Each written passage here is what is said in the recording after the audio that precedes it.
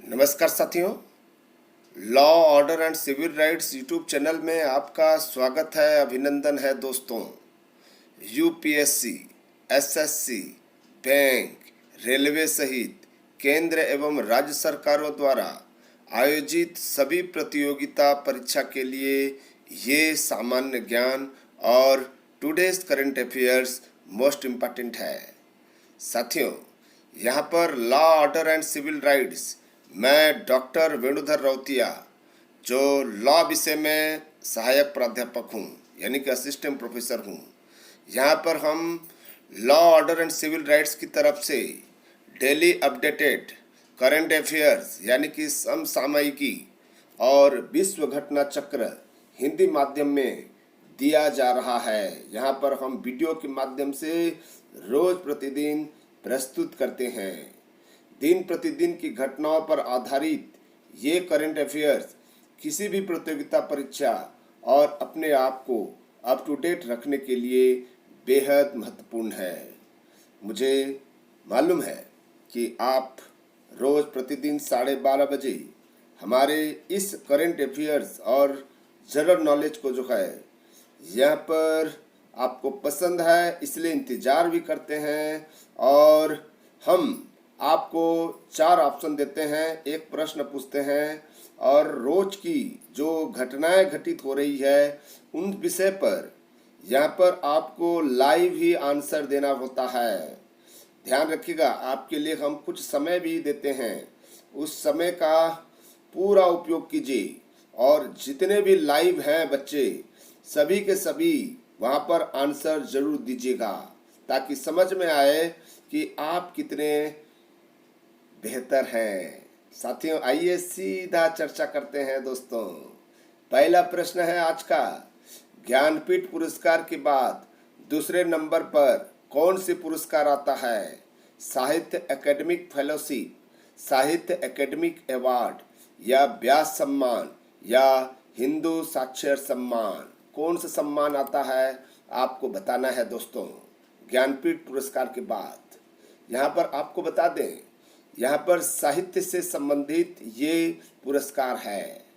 सबसे पहला जो पुरस्कार है ज्ञानपीठ पुरस्कार 1961 में, ये आपको पता होगा। फर्स्ट अवार्डी जो थे जी शंकर कुरूप 1965 में दिया गया था। और 2014 में जो दिया गया था बालचंद्र नमाड़े। ठीक है, ये अवार्ड बहुत ही इम्पोर्टेंट अवार्ड माना जाता है। 1961 में इसकी स्टेब्लिश्ड हुआ था। याद रखिएगा, साहित्य एकेडमी अवार्ड, साहित्य अकादमी अवार्ड भी मोस्ट इम्पॉर्टेंट अवार्ड है दोस्तों।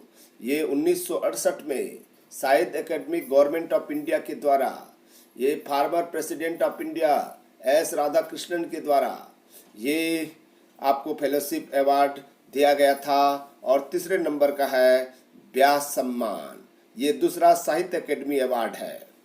आइए, जितने लोग उतने प्रेम किसकी रचना है दोस्तों? जितने लोग उतने प्रेम किसकी रचना है? ममता कालिया, रामविलास शर्मा, लीलाधर जगुड़ी या कुमार विश्वास? जितने लोग उतने प्रेम के लिए, जितने प्रेम के लिए भी जो है ये पुरस्कार दिया गया है दोस्तों। ध्यान रखिएगा, जितने लोग उतने प्रेम के किसकी रचना है? ये लीलाधर जगुड़ी को यह सम्मान उनके कविता संग्रह जितने लोग उतने प्रेम के लिए दिया गया है 2018 में। यह कविता संग्रह वर्ष 2013 में प्रकाशित हुआ था। लीलाधर जगुड़ी की बहुत फेमस कविता, नाटक, गद्य सभी विषय पर ये महारत हासिल है। तो 2018 का जो व्यास सम्मान मिला है वो जितने लोग उतने प्रेम लीलाधर जगुड़ी को मिला है। आइए देखते हैं, 23 मार्च 1940 को लाहौर प्रस्ताव पारित होने के याद में क्या मनाया जाता है? 23 मार्च 1940 को लाहौर प्रस्ताव पारित हुआ था, जिसके याद में मनाया जाता है पाकिस्तान राष्ट्रीय दिवस, बांग्लादेश राष्ट्रीय दिवस, भारतीय संरक्षण दिवस या उपरोक्त में से कोई नहीं। आपको बताना है दोस्तों, ये पाकिस्तान है या बांग्लादेश है या भारत है या कहाँ है? यहाँ हम आपको डिटेल कर देते हैं, आप आंसर जरूर लिखिएगा। पाकिस्तान ने 23 मार्च को अपना 79वां पाकिस्तान दिवस मनाया। इस दिवस पर इस्लामाबाद के साकर पारियान पहाड़ियों के पास परेड मैदान में सैन्य परेड का आयोजन किया गया। परेड में मलेशियाई के प्रधानमंत्री महातिर मोहम्मद सम्मानित अतिथि के तौर पर इसमें शामिल हुए। लाहौर प्रस्ताव पारित होने की याद में ये दिवस मनाया जाता है दोस्तों। इस दिन अखिल भारतीय मुस्लिम लीग ने ब्रिटेन से एक अलग मुस्लिम राष्ट्र की मांग की थी। यानी कि ऑप्शन ए सही है दोस्तों। आइए नेक्स्ट क्वेश्चन देखते हैं। बगुज शहर कहाँ और किस कारण से चर्चित है? बगुज शहर किस कारण से चर्चित है दोस्तों? नॉर्थ कोरिया और आतंकवादी के कारण, सीरिया और इस्लामिक स्टेट आतंकवादी के कारण, या पाकिस्तान और आतंकवादी गढ़ के कारण, या डी सऊदी अरब और शांति कुंज के कारण? किस कारण से फेमस है? शायद आप ऑप्शन जल्दी से चुन लीजिए। आप चुन रहे होंगे शायद नॉर्थ कोरिया और आतंकवादी को या अन्य को। आप जल्दी से कर लीजिए, हम यहाँ पर आपको डिटेल कर देते हैं। अमेरिकी समर्थित सेनाओं ने सीरिया में इस्लामिक स्टेट आतंकवादी गुट के आखिरी गढ़ बगुज शहर को मुक्त करा लिया है। अमेरिका समर्थित सीरियन डेमोक्रेटिक फोर्सेस की घोषणा के बाद विश्व नेताओं ने इस्लामिक स्टेट की हार का स्वागत किया है दोस्तों, इसलिए बी आंसर सही है। आइए नेक्स्ट क्वेश्चन देखते हैं। रॉबर्ट मुगाबे 37 वर्षों से लगातार बिना चुनाव कराए राष्ट्रपति रहे, किस देश के हैं? रॉबर्ट मुगाबे 37 वर्षों से लगातार बिना चुनाव कराए राष्ट्रपति रहे, किस देश के हैं वो? जिम्बाब्वे, कनाडा, स्विट्जरलैंड या वेस्ट इंडीज? कहाँ का है आपको बताना है दोस्तों, कहाँ का है ये आपको बताना है। रॉबर्ट मुगाबे 37 वर्षों तक दोस्तों वो लगातार राष्ट्रपति रहे, और अभी उन्होंने जो है तख्ता पलट हुआ है दोस्तों। शायद पता होगा इसके बारे में, शायद पता नहीं है तो अभी जान लीजिए। ये जिम्बाब्वे के राष्ट्रपति हैं रॉबर्ट मुगाबे। 37 वर्षों तक लगातार बिना चुनाव करे राष्ट्रपति रहे। ये जिम्बाब्वे आंसर सही है। आइए, प्रशांत के तख्तापलट राजधानी की संज्ञा किसे दिया गया? प्रशांत के तख्तापलट राजधानी की संज्ञा किसे दिया गया? कैनबरा, लंदन, दोहा, सिंगापुर? आपको पता होगा ये प्रशांत के तख्तापलट राजधानी कैनबरा को कहा जाता है। क्यों कहा जाता है? इसलिए कहा जाता है क्योंकि विगत 5 साल में 5 राष्ट्रपति बदले। याद रखिएगा, 5 साल में 5 राष्ट्रपति बदले ऑस्ट्रेलिया में, और ऑस्ट्रेलिया की राजधानी कैनबरा में ये सब खेल खेला गया। तो इसलिए प्रशांत के तख्तापलट राजधानी कैनबरा की संज्ञा दी जाती है। यहाँ पर अभी पूरे विश्व में ऑस्ट्रेलिया इसी बात के लिए चर्चित रहा है, इसलिए 2018 में राष्ट्रपति बदला, और इसलिए ये आंसर सही है दोस्तों। कैनबरा इसका सही आंसर है। आइए नेक्स्ट क्वेश्चन देखते हैं क्या है। पायागढ़ में दुनिया के सबसे बड़े सौर पार्क शक्ति स्थल है, किस राज्य में है?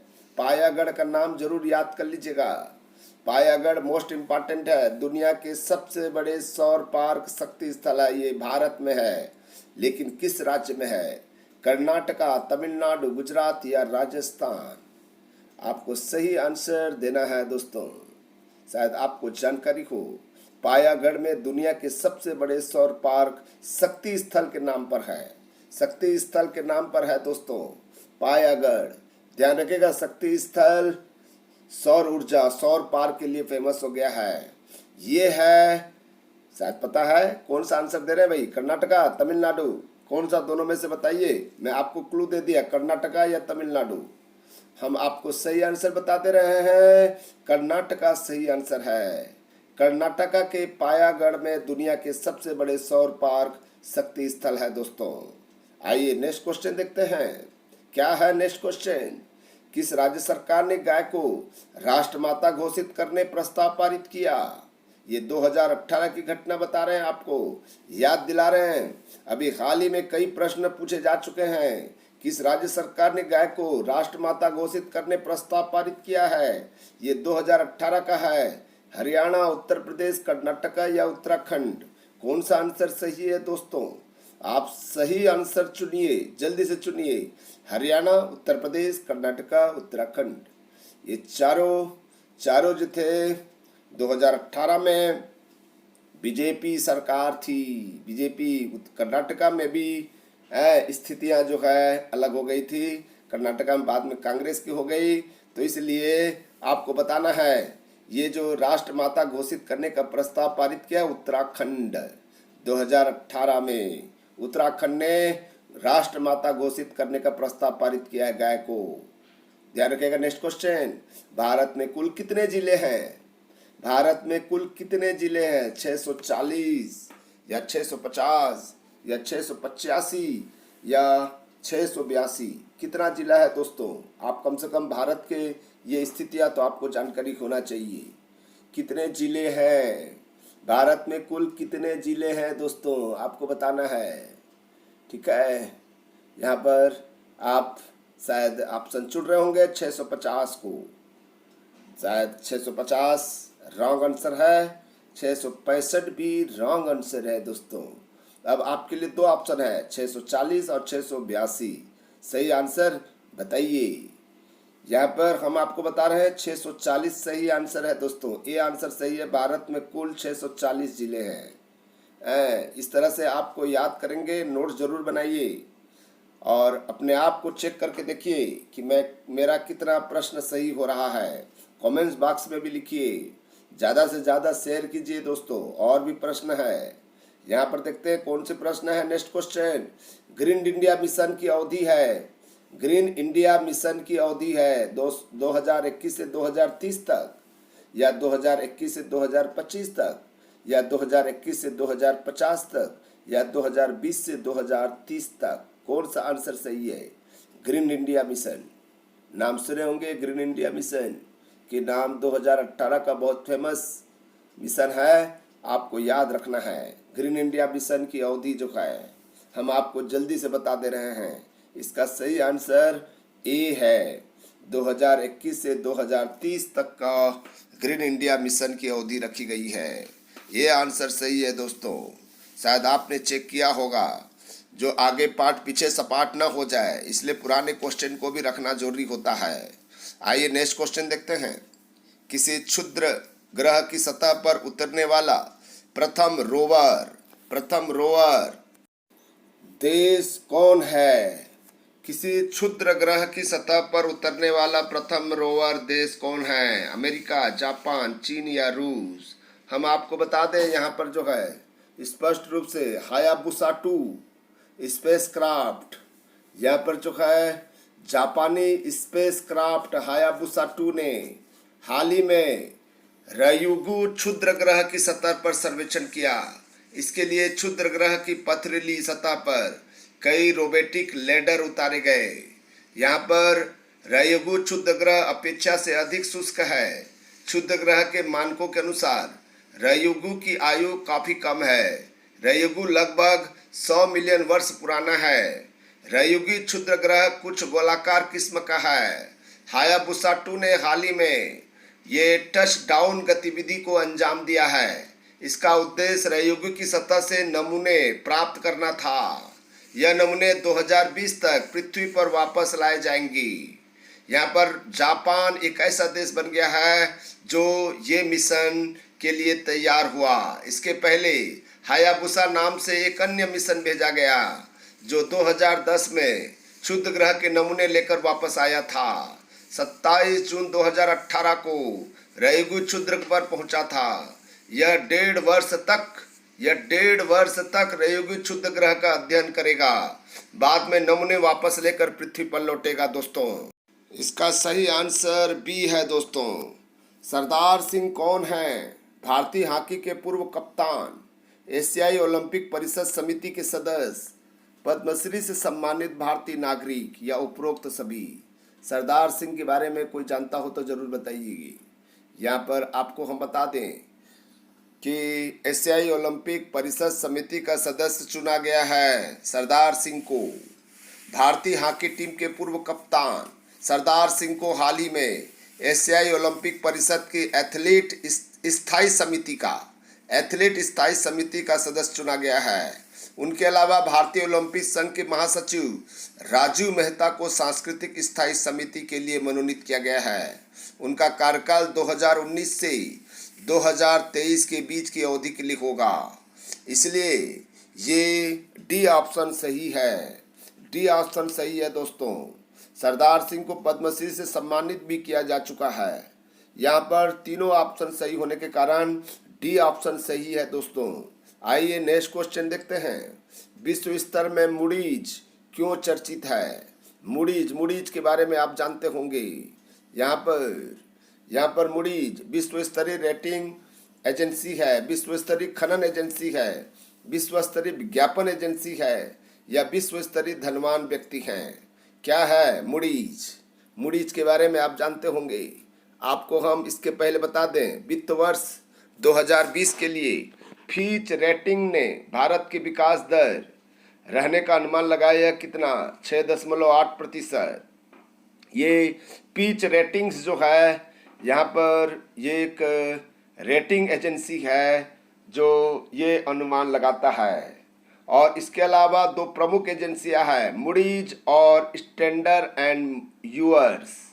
ये तो इसलिए हम कह सकते हैं मूडीज जो है ये क्या है, मूडीज और स्टैंडर्ड एंड यूअर्स और फीच रेटिंग एजेंसी है दोस्तों, रेटिंग एजेंसी है। इसलिए इसका सही आंसर विश्व स्तरीय रेटिंग एजेंसी है दोस्तों, मूडीज जो है। आपको ध्यान रखना है। आइए नेक्स्ट क्वेश्चन देखते हैं। क्या है यहाँ पर, हाकू शाह किस क्षेत्र के लिए चर्चित व्यक्ति है? हाकू शाह किस क्षेत्र के लिए चर्चित व्यक्ति रहा है? चूंकि अभी इसका निधन हो गया है, हाकू शाह का निधन हुआ है। ये किस क्षेत्र से जुड़े हुए थे? जनजाति थीम पर लोक कलाकार थे क्या?